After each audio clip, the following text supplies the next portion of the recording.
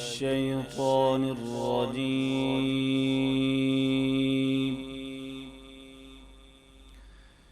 بسم الله الرحمن الرحيم.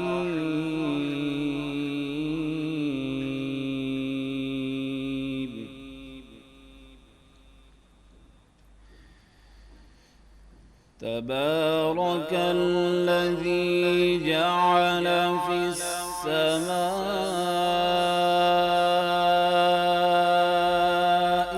بروجا وجعل فيها سراجا وقمرا منيرا.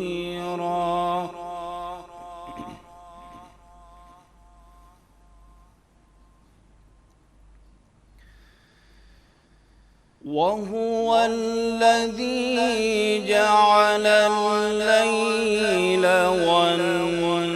والنهار خلفة لمن أراد أن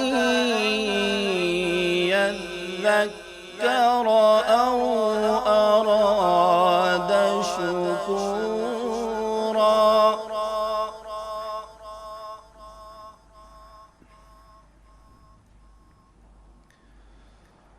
وعباد الرحمن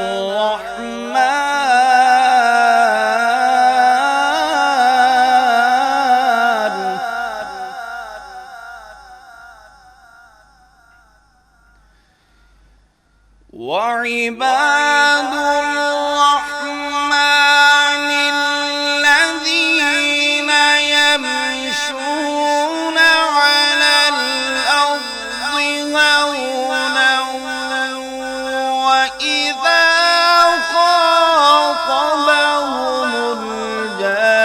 الجاهلون قالوا سلاما.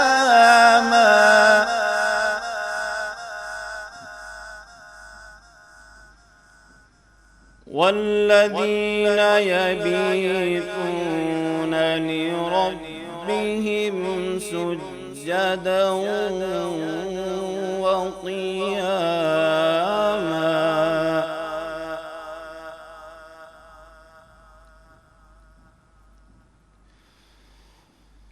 والذين يقولون ربنا اصرف عنا عذاب جهنم إن عذابها كان غراما.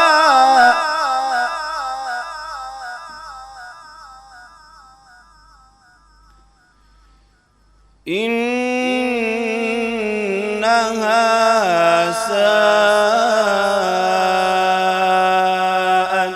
مستقرا ومقاما.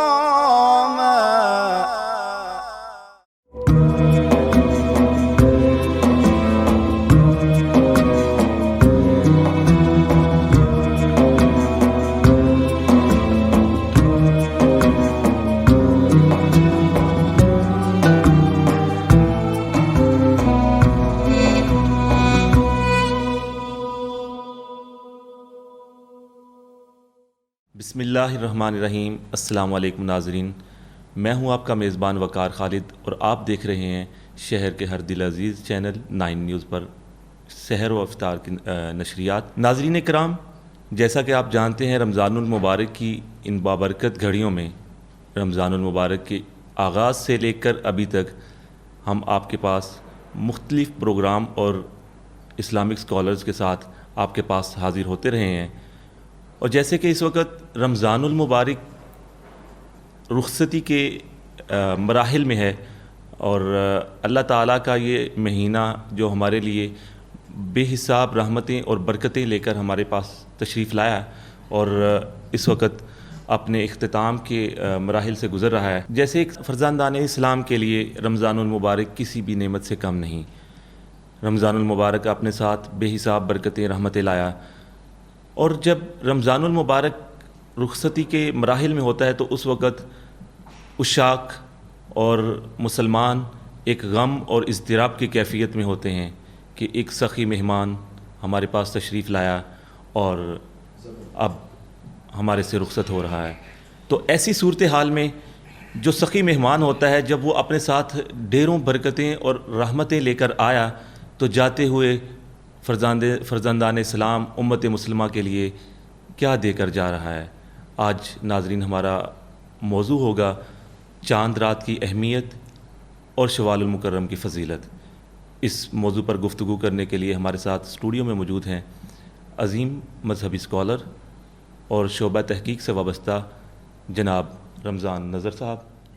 آپ کو ویلکم کرتے ہیں سر. آج آپ تشریف لائے اور آج انشاءاللہ تعالی ہم اس پر گفتگو کریں گے اور اپنے ناظرین کو مختلف جو سوالات ہیں اس حوالے سے جو عرف عام میں جو چیزیں ہمارے پاس آتی ہیں، خصوصاً جب ہم چاند رات کا نام لیتے ہیں تو ہمارے ذہن میں ایک جو اسکیچ آ جاتا ہے فوراً کہ ہم نے بازاروں میں جانا ہے، ہم نے شاپنگ کرنی ہے، یا ہم جو ایک روحانی مشق کی ہم نے پورے مہینے میں، روحانی ایمانی ایک وجدانی جو مشق تھی اس سے گزر کر اچانک جب ہم اس وقت میں پہنچتے ہیں تو ایک کیفیت بدل جاتی ہے. اور آپ آج ہمیں اور ہمارے ناظرین کو بتائیں گے کہ جو چاند رات کی جو فضیلت قرآن و حدیث کی روشنی میں کیا ہے اور ہمیں یہ چاند رات کیسے گزارنی چاہیے، اس میں خلفائے راشدین، صحابہ کرام رضوان اللہ علیہم اجمعین اور اولیاء کرام کا کیا طریق ہوتا تھا. جی بہت شکریہ جناب وقار خالد صاحب.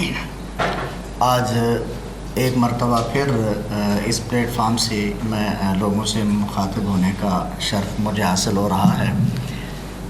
جیسا کہ آج ہمارا موضوع جو ہے وہ چاند رات کی فضیلت و اہمیت اور اس کے ساتھ ساتھ ماہ شوال المکرم جو ہے اس کی خصوصیات اور فضائل جو ہیں اس پر ہم بات کریں گے. اور ان میں جو روزے بھی ہیں شوال المکرم کے، جی اس طرف ہم انشاءاللہ ضرور آئیں گے. سب سے پہلے تو ہمیں یہ دیکھنا ہے کہ ماہ مقدس رمضان المبارک کو جو اللہ رب العزت نے ہم پر انعام کی صورت میں نازل فرمایا، اور یہ ایک بہت بڑا اللہ تعالیٰ کی طرف سے ایک انعام ہے جسے ہم گزار رہے ہیں، اور یہ اپنی اختتام کی گھڑیوں کی طرف رواں دواں ہے، اور آن قریب جو ہے وہ اس کا اختتام ہوا چاہتا ہے. ہمارے پاس چند بچی کھچی جو ہیں وہ ساعتیں اس ماہ مبارک سے بچی ہیں، تو ہمیں چاہیے کہ ہم ان کو بھرپور جو ہے وہ اللہ اور اس کے رسول صلی اللہ تعالیٰ علیہ وآلہ وسلم کے احکام کے مطابق اور گزاریں، اور اس سے اپنی خوب جو اس کی اب رہتی گھڑیاں ہیں ان میں جو بھی ساعتیں ہیں وہ اس کی برکتیں سمیٹنے کی ہمیں توفیق عطا فرمائے. تو سب سے پہلے میں جو چاند رات کی فضیلت اور اہمیت ہے اس حوالے سے میں بات کرنا چاہوں گا کہ حضرت ابو امامہ الباہلی جو رضی اللہ تعالیٰ عنہ سے صحابی رسول ہیں، ان سے ایک آقا علیہ الصلاۃ والسلام کا فرمان مقدس جو ہے وہ مروی ہے. تو آقا علیہ الصلاۃ والسلام نے ارشاد فرمایا کہ جو شخص عیدین کی راتوں کو، دونوں عیدیں یعنی عیدین کی راتوں کو ثواب کی نیت سے زندہ کرے گا. سبحان اللہ. اب عیدین سے مراد اللہ رب العزت کے وہ دو انعام ہیں، وہ دو تہوار ہیں جو اللہ نے ہمیں عطا کیے. ایک اس میں سے پہلا عید الفطر کا تہوار ہے جو ماہ رمضان المبارک کے بعد ہمیں جو ہے ایک انعام کے طور پر عطا کیا گیا ہے کہ ماہ رمضان پورا جو ہے وہ روزے کے ساتھ امت مسلمہ گزارتی ہے. ہر فرد امت مسلمہ کا خواہ وہ مرد ہو یا عورت ہو تو وہ اس طرح گزارتا ہے، اور پھر اس کے انعام میں جو ہے وہ ایک دن اللہ تعالیٰ نے عطا کیا عید الفطر کا. بتائیے گا کہ یہ جو انعام کی آپ نے بات کی تو کیا یہ انعام تمام امت مسلمہ کے لیے ہے یا جنہوں نے روزے رکھے یا؟ جی بطور خاص جو ہے یہ جو عید الفطر ہے یہ تو بالخصوص ان مسلمانوں کے لیے ہی ہوگا جنہوں نے آقا علیہ الصلاۃ والسلام کی سنت نبوی اور احکام شریعہ کے مطابق جو ہے ماہ رمضان کو بسر کیا ہے. یعنی دن روزے سے رہے اور رات کو قیام کیا، نماز تراویح ادا کی اور اپنے فرائض جو ہیں وہ مکمل کیے. اور جو اللہ رب العزت اور اس کے محبوب صلی اللہ تعالیٰ علیہ وآلہ وسلم نے ہمیں اس ماہ مبارک کے حوالے سے تعلیمات جو ہیں وہ ہمیں عطا کیں، ان کے مطابق اس ماہ مبارک کو گزارا، تو پھر یہ انعام جو ہے اس کے مستحق وہی لوگ ہوں گے۔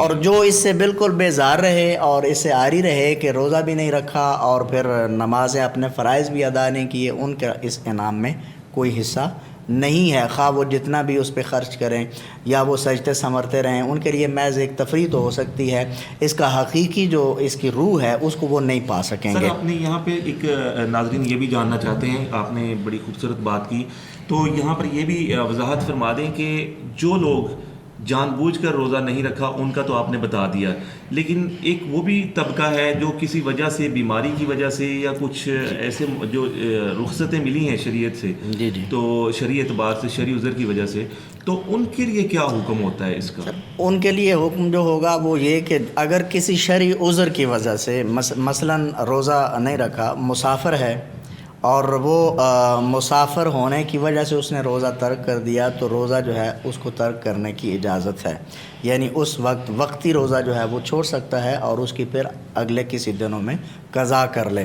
اور اسی طرح جو مریض ہے جو وہ بھی روزہ رکھنے کی سخت نہیں رکھتا، ایسا مریض جس کا مرض جو ہے وہ خدشات ہیں کہ وہ روزہ رکھنے سے اس کا مرض بڑھ جائے گا، یا اسے ڈاکٹر یا ایک ماہر طبیب نے یہ مطلب سجیسٹ کیا ہے، اسے مشورہ دیا ہے کہ تم روزہ نہ رکھو، تو اس ان کے لیے بھی انعام ان کے لیے انعام ہوگا، اس میں ہوگا، کیونکہ اب انہوں نے اپنی مرضی سے روزہ نہیں چھوڑا، ٹھیک ہے، انہوں نے ایک شرعی عذر کی وجہ سے روزہ ان سے چھوٹا ہے، اور پھر وہ اس کے متمنی اور خواہشمند بھی ہیں کہ کاش اگر ہم اس عذر سے نہ گزرتے تو ہم روزہ رکھتے، اور نیتوں کو تو اللہ کی ذات جانتی ہے، اور انما الاعمال بالنیات آقا علیہ الصلوۃ والسلام کا فرمان ہے، تو اس فرمان عالی شان کے تحت اب ان کی نیتوں کے مطابق جو ہے وہ اللہ رب العزت انہیں اجر عطا کرے گا۔ ارمان ہے کہ ہم بھی روزہ رکھتے اور آج ہم بھی بالکل اللہ رب العزت انہیں ارشاد ہوتا، جی، لیکن وہ اپنے آپ کو اسی کیٹیگری میں کنسیڈر کر سکتے، بالکل بالکل ایسے ہی ہے۔ تو پھر ان کے لیے یہ حکم ہے کہ وہ اگر اس موقع پر روزہ نہیں رکھ سکے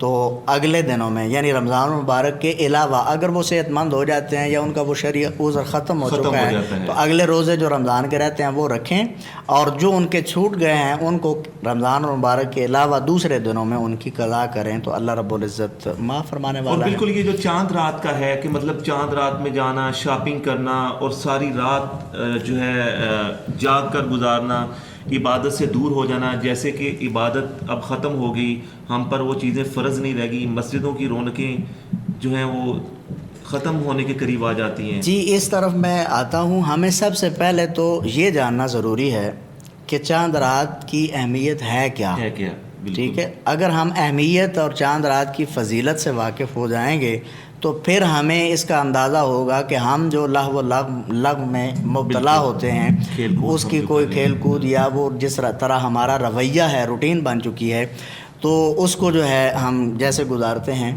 تو وہ کتنی سمجھیں کہ اس پر تنبیہات ہیں اور وہ کتنا اسلامی تعلیمات کے خلاف ہے، یہ ہم تو سب سے پہلے میں نے جو روایت بیان میں کر رہا تھا ابو امامہ الباہلی رضی اللہ تعالیٰ عنہ کی، کہ آقا علیہ الصلوۃ والسلام نے ارشاد فرمایا کہ جو شخص عیدین میں سے کسی عید کی رات یا یعنی عیدین کی راتوں کو عبادت کے ساتھ، اب زندہ کرنے سے مراد یہاں یہ ہے کہ وہ قیام اللیل کرے، رات کو تلاوت قرآن کرے، یعنی رات کو عبادت کے ساتھ عبادت میں گزارے اور عبادت کے لیے کھڑا ہو، تو اس کا دل جو ہے وہ اس دن بھی نہیں مرے گا جس دن باقی تمام لوگوں کے دل مردہ ہو جائیں گے۔ کیا خوبصورت بات کہی، سبحان اللہ۔ تو یہ اب یہ دیکھیے کہ اب ان دل کے مردہ ہونے سے مراد جو شارحین نے بیان کی ہے کہ دل کے مردہ ہونے کے دو مطلب ہو سکتے ہیں۔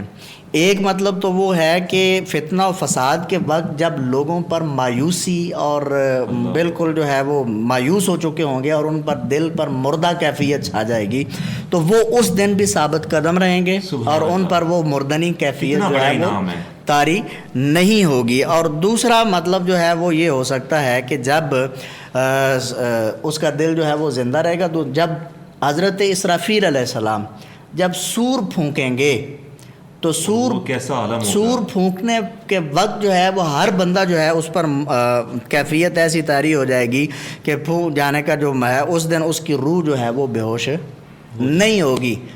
ہاں روح بے ہوش نہیں ہوگی. وہ اس کیفیت کو یہ اتنا بڑا انعام جی ان 2 راتوں کا قیام کرنے عبادت کرنے کی نہ دل مردہ ہوں گے اور نہ اس دن سور پھونکے جانے کی وجہ سے جب سب پر کیفیت موت کی طاری ہو جائے گی تو جو بندہ عیدین کی دونوں راتوں قیام میں گزارے گا عبادات میں گزارے گا تو اس کا دل جو ہے وہ سور پھونکے جانے والے دن میں جو ہے وہ اس کی روح جو ہے وہ مردہ نہیں ہوگی بلکہ وہ ان مشاہدات کو جو ہے وہ ان کو مشاہدات کرے گی. وہ تمام مشاہدے اس کیفیات سے وہ آگاہ ہوگی کہ کیا ہو رہا ہے. سبحان اللہ. اس کے بعد اب اگلی روایت جو ہے وہ عید الفطر کی جو رات ہے جو ہمارا آج کا موضوع ہے اس حوالے سے جو حضرت معاذ بن جبل رضی اللہ تعالی عنہ آپ راوی ہیں اس حدیث پاک کے اور آپ جو ہیں وہ بیان کرتے ہیں کہ آقا علیہ الصلوۃ والسلام نے ارشاد فرمایا اور یہ روایت جو ہے ترغیب و ترہیب جو کتاب ہے اس میں فضائل رمضان کے تحت جو ہے وہ دی گئی ہے.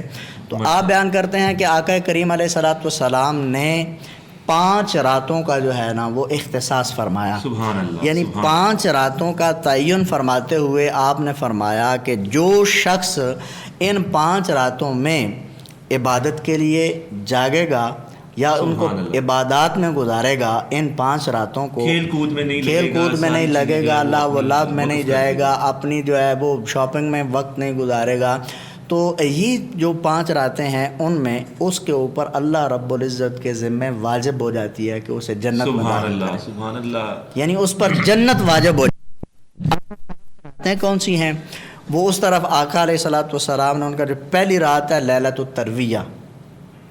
لیلۃ الترویہ سے مراد یعنی ذوالحج کی 8ویں رات. ذوالحج کی 8ویں رات. ٹھیک ہے. اور دوسری رات ہے لیلۃ العرفہ یعنی عرفہ کی رات جو یعنی ذوالحج کی 9ویں رات ہے. 9 ذی الحجہ کی رات جو ہے یعنی 8ویں کا دن جب ختم ہو رہا ہوگا 8ویں ذوالحج کا دن ختم ہو رہا ہوگا تو آگے جو رات آ رہی ہے اکٹھی ہو گئی نا جی کنزیکٹیو. ہاں بالکل لگاتار یعنی 8ویں ذوالحجہ کی رات ہے 9ویں ذوالحجہ کی رات ہے اور تیسری رات ہے عید الاضحیٰ کی رات. یعنی یہ مسلسل 3 راتیں جو ہیں ان میں اگر ہاں 1 مہینے میں ذوالحج میں ہے تو یہ 3 راتیں جو عبادت کے ساتھ گزارے گا اس پر جنت واجب ہو جائے گی. اور آگے چوتھی رات جو ہے لیلۃ النحر یعنی چوتھی رات جو ہے لیلۃ الجائزہ. لیلۃ النحر تو عید الاضحیٰ کی رات ہوئی یعنی 8ویں 9ویں اور 10ویں ذوالحجہ کی رات یہ 3 راتیں ہوں گی. چوتھی رات جو ہے وہ لیلۃ الجائزہ ہے. اب لیلۃ الجائزہ جو ہے اس کو احادیث طیبہ میں حضرت عبداللہ ابن عباس سے روایت ہے. ہاں وہی میں مطلب بتا رہا ہوں کہ انہوں نے اس کا مطلب جو بتایا ہے وہ یہ ہے کہ یعنی انعام والی رات رات ہے. تو حضرت یہ احادیث مبارکہ میں جو لیلۃ الجائزہ ہے یہ ہے عید الفطر کی رات یعنی کہ وہ یعنی جسے ہم جو ہمارا آج ٹاپک ہے چاند رات جو ہے نا اسے ہی عید الفطر کی رات کہا جاتا ہے. وہی لیلۃ الجائزہ ہے. تو یعنی اب جائزہ عربی میں انعام کو کہا جاتا ہے لیلہ عربی میں رات کو کہا جاتا ہے. تو لیلۃ الجائزہ کا مطلب یہ ہوگا کہ انعام والی رات جو ہے وہ ہے. تو اب انعام والی رات میں جو اللہ رب العزت کی عبادت میں گزارے گا تو وہ عبادت کرے گا اس رات میں تو اس پر بھی جنت جو ہے وہ واجب ہو جائے گی. اور 5ویں رات جو ہے وہ اس بہانے سے علامہ صاحب بخشش دی جا رہی ہے بہانے سے امت محمدیہ صلی اللہ علیہ وسلم کے لیے بخشش بالکل جو ہے اللہ تعالیٰ سامان کر رہا ہے کیونکہ اللہ کی ذات اپنے بندے سے بے حد محبت فرماتا ہے. اور امت محمدیہ تو امت محمدیہ تو پھر اس سے بدرجہ اولا محبت. یہ تو عام بندے کی بات ہے نا. اللہ تعالیٰ اپنے بندے سے محبت فرماتا ہے. یہاں پہ میں نے یہ نہیں کہا کہ وہ مسلمان سے محبت فرماتا ہے یا وہ کافر یہودی سے نہیں کرتا. مطلقاً اللہ تعالیٰ کی تخلیق ہے انسان اور انسان وہ تخلیق ہے اللہ تعالیٰ کی جس کے سر پر اللہ رب العزت نے اپنی نائبیت کا تاج سجایا ہے. تو پھر وہ کیوں نہیں مطلب محبت کرے گا اس سے. اب آگے آ جائیں تو پھر وہ کیٹاگرائز ہوتا جائے گا نا انسان بھی. بالکل وہ جب کیٹاگرائز ہوگا سب سے پہلے تو بندہ مومن سے اللہ کی محبت جو ہے وہ سب سے زیادہ اس کافر یا یہود یا نصارہ یا ان سے بڑھ کر ہوگی. پھر اس میں بھی بندہ مومنوں میں سے بھی جو اللہ کے نزدیک اور قرب حاصل کرنے میں زیادہ کامیاب ہوگا اللہ کے ہاں وہ زیادہ، کیونکہ ان اکرمکم عند اللہ اتقاکم، یعنی تقوی کے لحاظ سے جو جس مرتبے پر ہوگا اللہ کے ہاں اس کا وہی مقام و مرتبہ ہوگا۔ تو لہٰذا اب یہ چوتھی رات کا ذکر ہم نے کیا کہ لیلۃ الجائزہ ہے، وہ عید الفطر کی جو آج ہمارا خاص طور پہ موضوع ہے، اور پانچویں رات جو ہے یہ اس کے بعد ہم ایک بریک لیں گے چھوٹی سی، پانچویں بات، اب پانچویں رات جو ہے وہ شب برات ہے، جس کا ذکر جو ہے وہ اللہ تعالیٰ کے محبوب نے فرمایا کہ شب برات میں اگر کوئی انسان اس کو عبادت کے ساتھ زندہ رکھتا ہے تو یہ وہ 5 راتیں ہیں جن کے حوالے سے آقا علیہ الصلوۃ والسلام نے ارشاد فرمایا کہ وہ اگر بندہ ان کو زندہ رکھے گا عبادت کے ساتھ تو اللہ تعالیٰ اس پر جنت واجب فرما دے گا۔ سبحان اللہ، بہت خوبصورت۔ ناظرین اکرام ہمارے ساتھ رہیے گا، بہت زبردست گفتگو چل رہی ہے اس وقت۔ جو 5 راتیں بیان کیں ابھی علامہ صاحب نے، شوال اور شعبان اور ذوالحجہ کی 3 راتیں، کہ جو شخص ان 5 راتوں میں اللہ تعالیٰ کی عبادت کرے گا، اللہ تعالیٰ کی رضا کے لیے ان 5 راتوں کو گزارے گا تو اللہ تعالیٰ اپنی رحمت کے صدقے اس کے بدلے جنت عطا فرما دے گا، اور ان کا نہ دل مردہ ہوگا جس دن سب کے دل مردہ ہو جائیں گے۔ ملتے ہیں مختصر بریک کے بعد، ہمارے ساتھ رہیے گا۔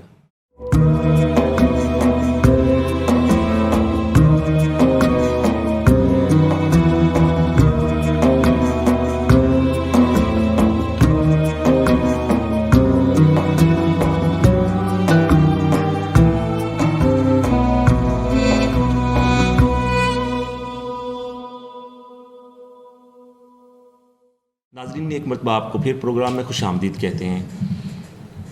ہمارے ساتھ اس وقت موجود ہیں ہمارے معزز مہمان، جو ہمیں اس حوالے سے رہنمائی فرما رہے ہیں کہ لیلۃ الجائزہ کو کیسے گزارنا ہے، اور لیلۃ الجائزہ کا مطلب کیا ہے، اور شوال المکرم کی فضیلت کے بارے میں ہمیں آگاہ فرمائیں گے۔ تو اس حوالے سے ہم اپنے معزز مہمان سے گزارش کرتے ہیں کہ سر، یہ جو لیلۃ الجائزہ کے حوالے سے آپ گفتگو فرما رہے تھے، تو اس حوالے سے ہم اس سے کیسے بچ سکتے ہیں، ان ساری چیزوں سے، ان خرافات سے؟ اور یہ سب سے پہلے تو وقار صاحب، ہمیں جس چیز کی بہت زیادہ ضرورت ہے وہ ہے آگہی کی، کہ جب تک آگہی نہیں ہوگی، ہمیں معلومات نہیں ہوں گی، تعلیمات سے ہم آگاہ نہیں ہوں گے، اسلامی تعلیمات سے، تو ہم اپنے معاشرتی رویے کبھی بھی درست نہیں کر سکتے۔ تو ہمارا سب سے بڑا المیہ یہ ہے کہ ہم فحش چیزیں اور جو مطلب سمجھیں کہ لاہ و لعب والی ہیں، ان کی طرف جو ہے نا انسان کی نیچر ہے، فطرت ہے کہ وہ اس طرف جو ہے وہ زیادہ اس میں کشش ہوتی ہے، وہ اس کو کھینچتی ہے، جبکہ تقوی اور پرہیزگاری جو ہے اس میں انسان کا جو نفس ہے نا وہ اس طرف نہیں جانے دیتا اسے۔ تو لہٰذا ہمیں سب سے پہلے ضرورت یہ ہوتی ہے کہ اپنے نفس پر یہ دباؤ بھی ڈالنا کہ راہ راست کی طرف اسے لانا، یہ بھی ایک انسان کی ذمہ داری ہے۔ اور دوسرا یہ ہے کہ وہ معلومات حاصل کرنا جن کو حاصل کر کے ہم اپنے رویے، اپنی زندگی کی جو سمت ہے وہ اسے درست کر سکتے ہیں۔ تو بات ہم یہ کر رہے تھے کہ اس عید الفطر والی جو رات ہے اس کی فضیلت کے حوالے سے بات، اصل تو ہمارے رویے اسی کے ساتھ جڑے ہیں نا، کہ جب رمضان المبارک شروع ہوتا ہے تو ہمارے جذبات جو ہیں وہ نیکی کے وہ بالکل اتنی اوپر والی سطح پہ آ جاتے ہیں کہ ہمارا دل کر رہا ہوتا ہے کہ اس ماہ مبارک میں جتنی نیکیاں چاہیں کر لیں۔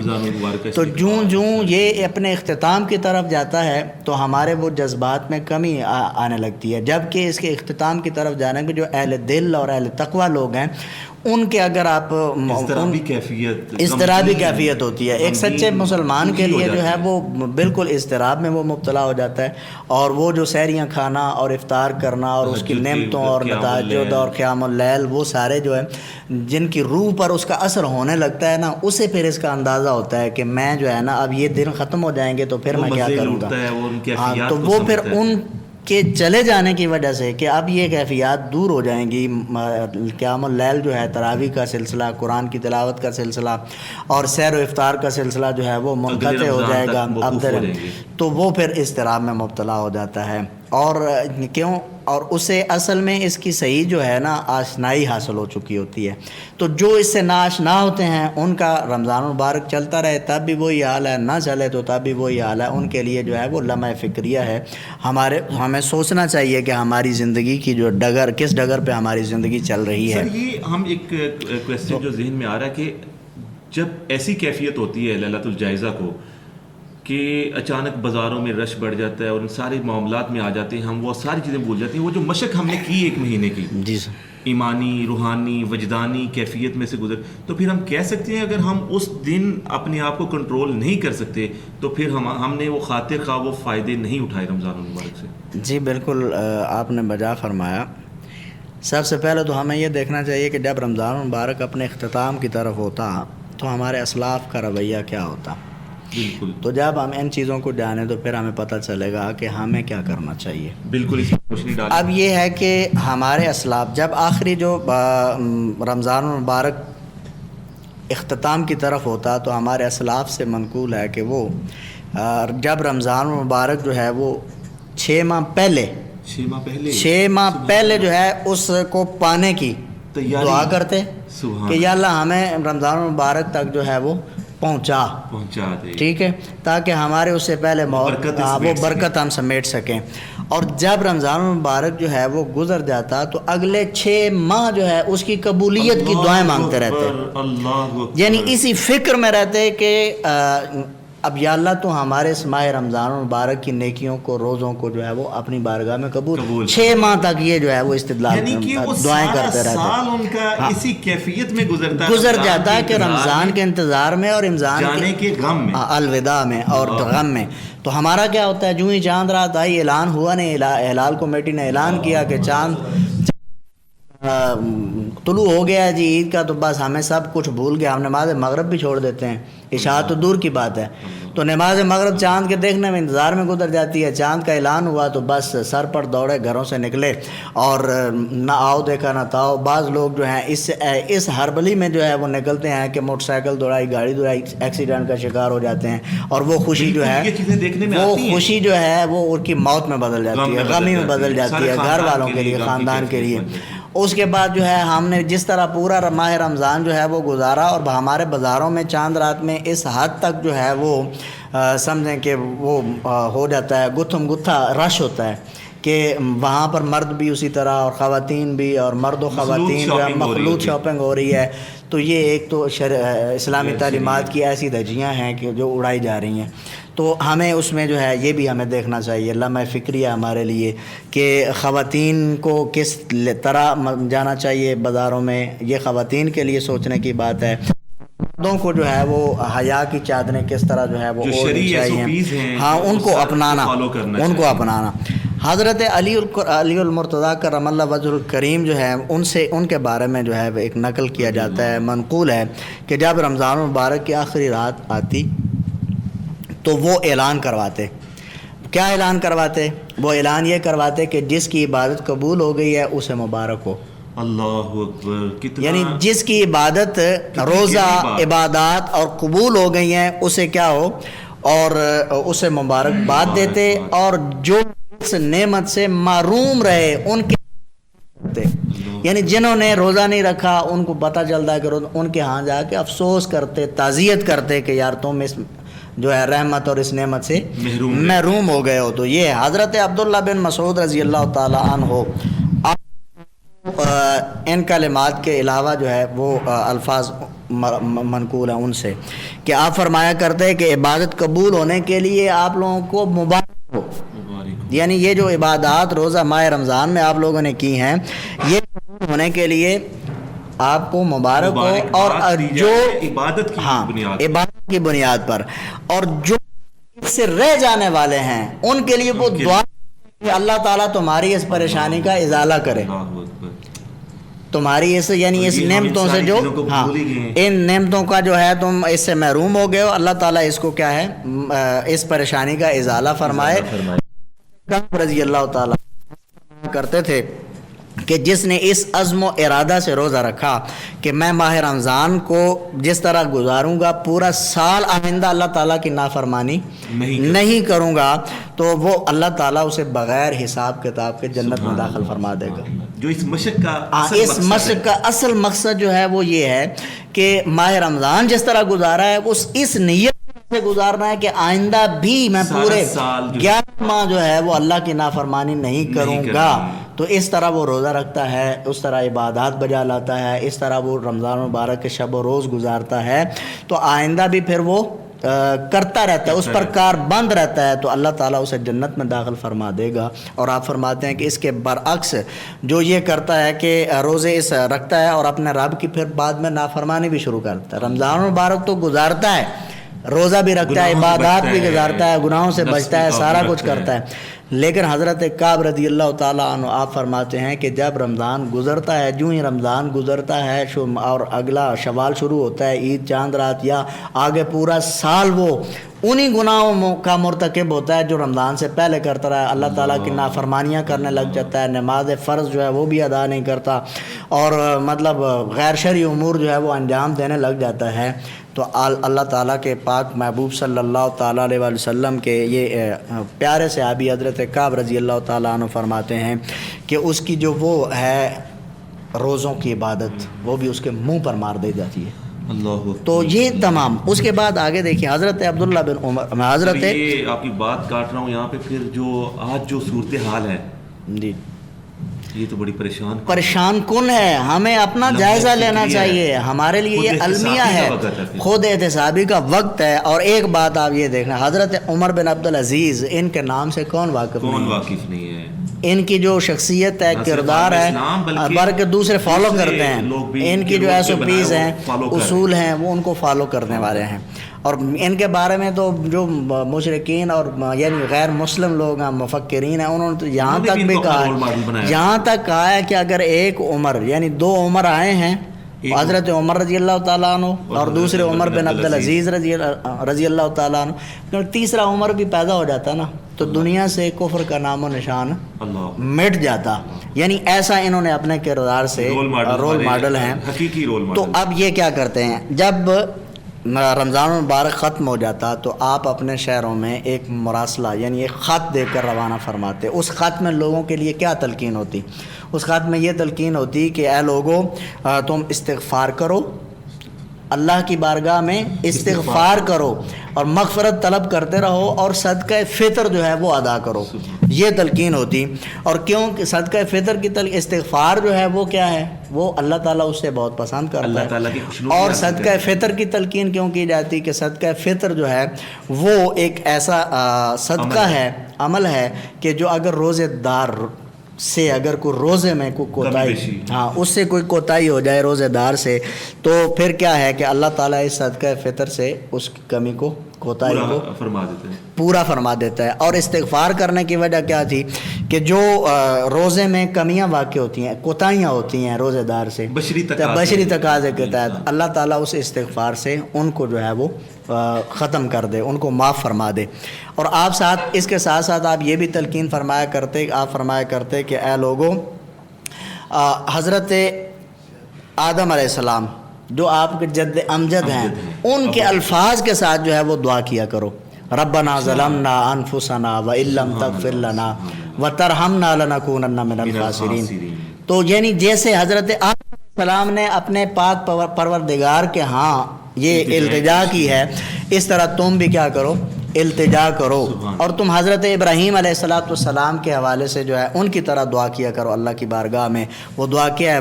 وہ دعا یہ ہے کہ والذی اطمع ان یغفر لی خطیئتی یوم الدین، مجھے امید ہے کہ اللہ، قرآنی دعا ہے۔ یہ حضرت عمر بن عبدالعزیز اپنی عوام کو تلقین کرتے تھے جب رمضان اختتام کو پہنچتا کہ ایسے دعائیں کیا کرو. تو ہم لوگ کیا کرتے ہیں, ہم لوگ جو ہیں شاپنگ کرتے ہیں, ہم لوگ جو ہیں وہ کھیل کود میں پڑ جاتے ہیں, ہم لوگ سب کچھ جو ہے وہ تو سڑکوں پہ آپ نوجوان جو ہیں وہ سڑکوں پہ نظر آتے ہیں, خواتین اور مردوں مسجدیں خالی ہو جاتی ہیں, بازار بھر جاتے ہیں, دکھی کیفیت ہوتی ہے, بازار بھر جاتے ہیں. تو اس دفعہ تو یہ جو کرونا کا وائرس ہے اس کی وجہ سے حکومت نے تھوڑی سی مطلب سختی کی ہوئی ہے, تو ابھی یہ کھول دیا گیا پنجاب میں آج سے, تو آپ دیکھنا کیا حال ہوگا.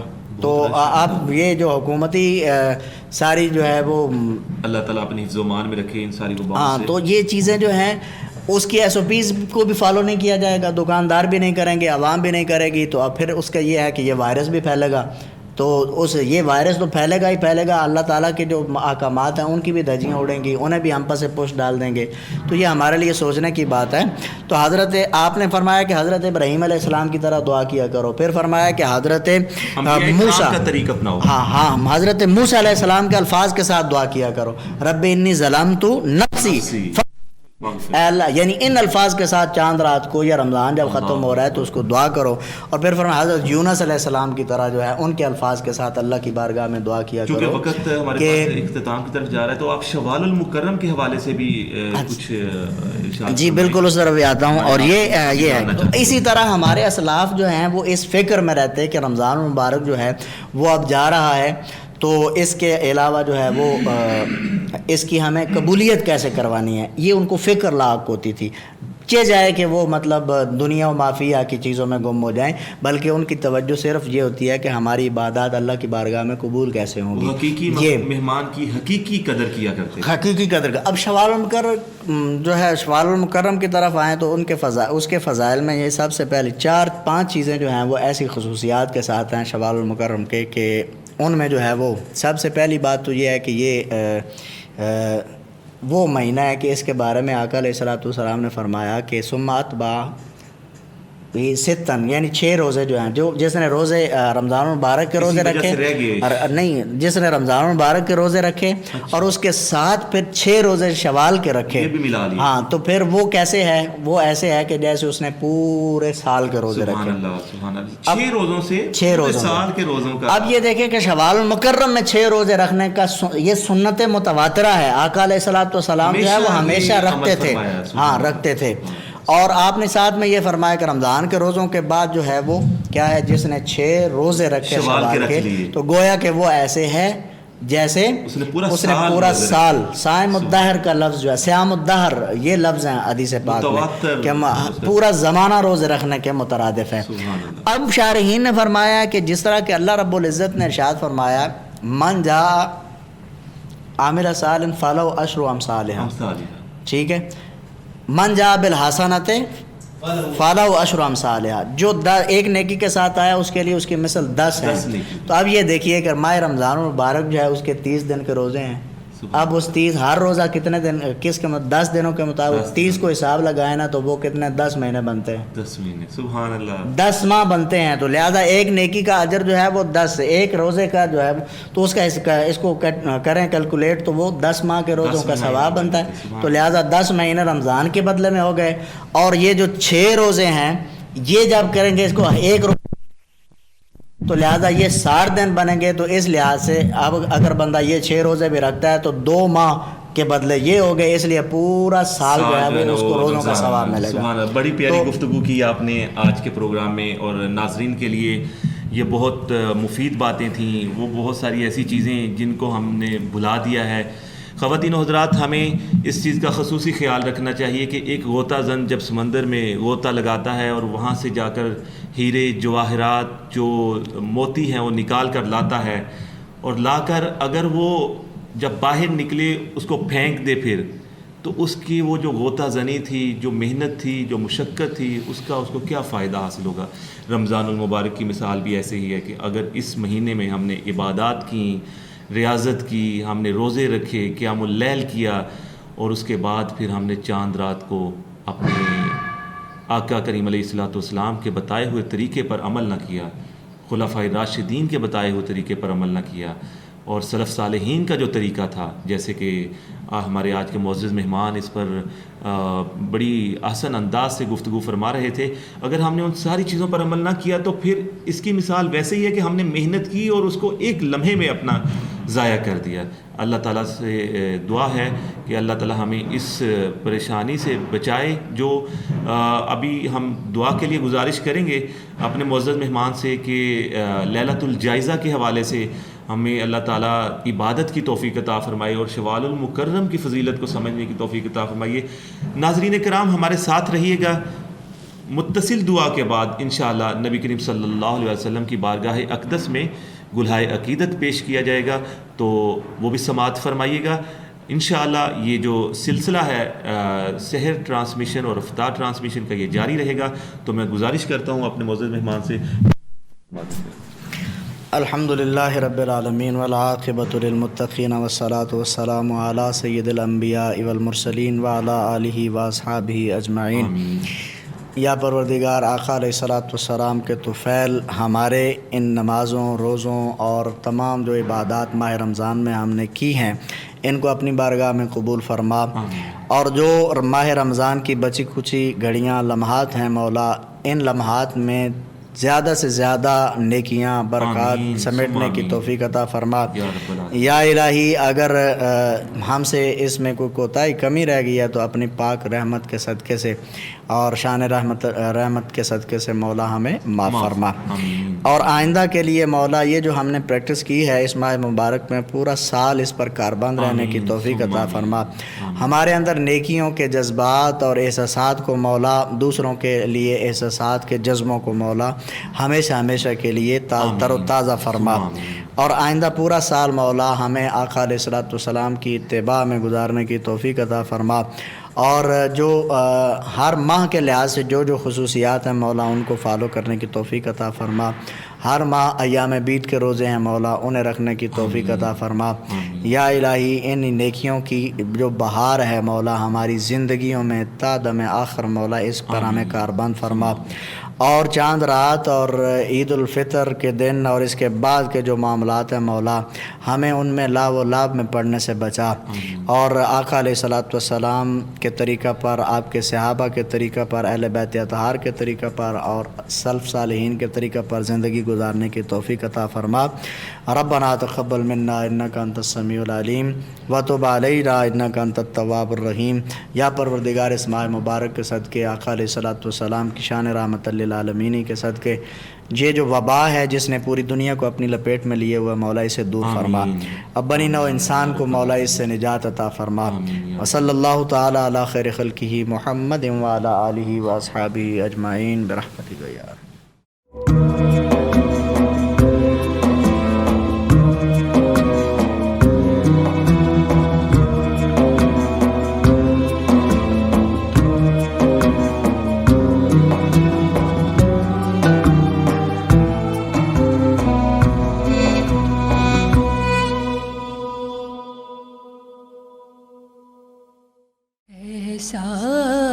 تجھے خالق نے طرح دار بنایا، ایسا تجھے خالق نے طرح دار بنایا کہ یوسف کو تیرا طالب دیدار بنایا، ایسا تجھے خالق نے کونین بنائے گئے سرکار کی خاطر،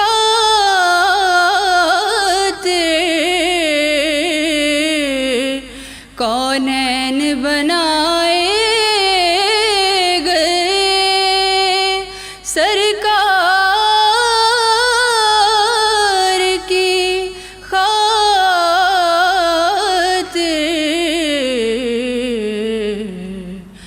کونین کی خاطر تمہیں سرکار بنایا، ایسا تجھے خالق نے بے یار و مددگار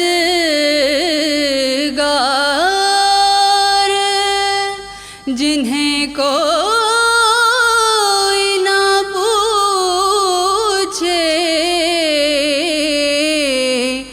بے یار و مددگار جنہیں کوئی نہ پوچھے، ایسوں کا تمہیں یارو مددگار بنایا، یوسف کو تیرا طالب دیدار بنایا، ایسا تجھے خالق نے